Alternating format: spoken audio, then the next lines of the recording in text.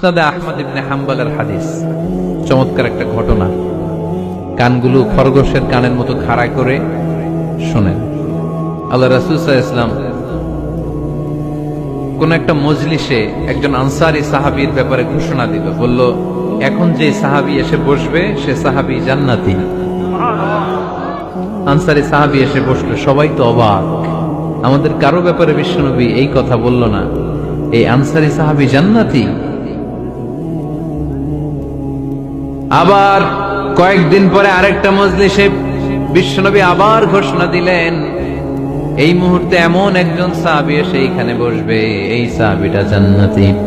সবাই খেয়াল করে দেখলো, আগের মজলিসে যেই লোকটাকে বিশ্বনবী জান্নাতি বলে ঘোষণা দিয়েছে, আজকেও ওই সাহাবী এসে ওই জায়গায় বসেছে। তৃতীয় দিন আবার বিশ্বনবী বললেন, এখন একজন সাহাবী এখানে এসে বসবে, সে জান্নাতি। সবাই খেয়াল করে দেখলো, ওই সাহাবীটাই আবার এসে বসেছে। সবাই অবাক, কি আজীব, কি আছে এই সাহাবীর মধ্যে, যে সাহাবীর ব্যাপারে খুব বিশ্বনবী তিনবার ঘোষণা দিলেন যে সে জান্নাতি। সবচেয়ে বেশি অবাক হয়েছিলেন সাইয়েদনা আব্দুল্লাহ ইবনে আমর ইবনে আল-আস। মনে মনে ভাবলেন, এটা তো চারটেখানে কোনো কথা না, বিশ্বনবীর অ্যানাউন্সমেন্ট। দুনিয়ার বুকে বিশ্বনবী তিনবার এই আনসারী সাহাবীকে জান্নাতি বলে ঘোষণা দিয়েছে, নিশ্চয়ই এই সাহাবীর এমন বিশেষ কোন আমল আছে, এমন বিশেষত্ব আছে যেটা আমাদের মধ্যে নাই। যেমন করেই হোক এই সাহাবীর ভেতরের সব খবর আমার জানতে হবে। সাইয়েদনা আব্দুল্লাহ ইবনে আমর ইবনে আল-আস একবার পরিকল্পনা করে ওই সাহাবীর বাড়িতে চলে গেলেন, যে বললেন, ভাই, আমার আব্বার সাথে কয়েকদিন ধরে ঝগড়া, আমার ঘরে থাকতে মন চাচ্ছে না, তোমার বাসায় মেহমান হয়ে এসেছি, যদি তুমি অনুমতি দাও তোমার বাড়িতে 3 দিন মেহমান হয়ে আমি থাকতে চাই। কয়দিন? শুনতেছেন? বুঝতেছেন?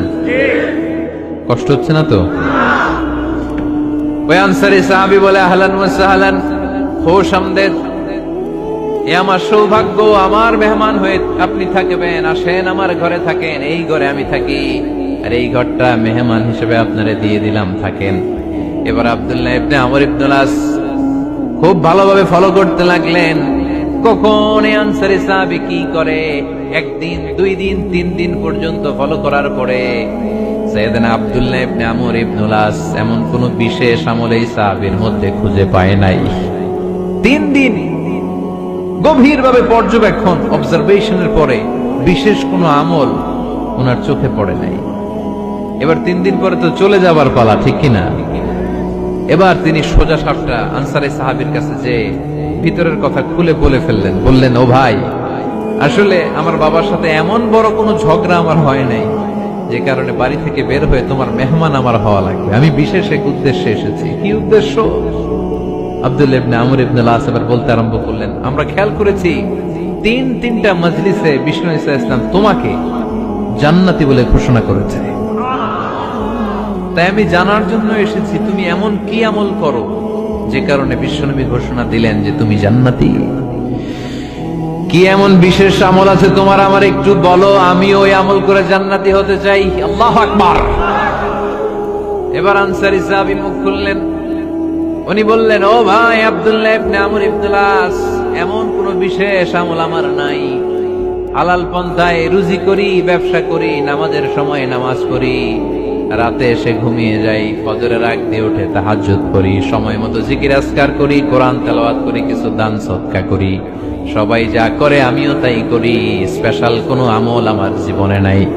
তবে আব্দুল্লাহ ইবনে আমর ইবনে আল-আস, শুনে রাখো, একটা কাজ আমি প্রতি রাতে করি, হয়তো বা এই কারণেও বিশ্বনবী আমার ব্যাপারে এমন ঘোষণা দিতে পারে। আব্দুল্লাহ বললেন, ও আনসারী সাহাবী, কি কাজ তুমি করো? এবার আনসারী সাহাবী বলতে লাগলেন, প্রতি রাতে যখন আমি আমার বিছানায় ঘুমোতে যাই, আমি কারো ব্যাপারে কোনো রাগ, কোনো হিংসা, কোনো ক্ষোভ অন্তরে নিয়ে ঘুমাতে যাই না। ওই দিন যার সাথে যা হয়েছে সবাইরে মাফ করে দিয়ে মিটমাট করে একটা প্রশান্ত অন্তর নিয়ে আমি বিছানায় ঘুমাতে যাই। ওই দিনে কেউ আমার গালি দিছে, কেউ আমার বকা দিছে, কেউ আমার বিরুদ্ধে মিছিল করছে, উল্টা পাল্টা যে যাই করুক না কেন, আমি কিচ্ছু মনে রাখি না। আবি ইলা ফিরাশি, আমি এমন ভাবে আমার বিছানায় যাই, ওয়ালাইসা ফি কলবি হিকদুন আলা আহাদ, এমন অবস্থায় আমি শুয়ে পড়ি যে আমার হৃদয়ে কারো ব্যাপারে আমার হৃদয়ে কোনো ক্ষোভ নাই, কোনো হিংসা নাই, কোনো অহংকার নাই, সব রাগ ক্ষোভ ভুলে গিয়ে সবাইকে ক্ষমা করে দিয়ে আমি বিছানায় ঘুমাতে যাই। এজন্য বিশ্বনবী এই সাহাবীকে তিনটা মজলিসের ভরা মজলিসের মধ্যে জান্নাতি বলে ঘোষণা করেছে।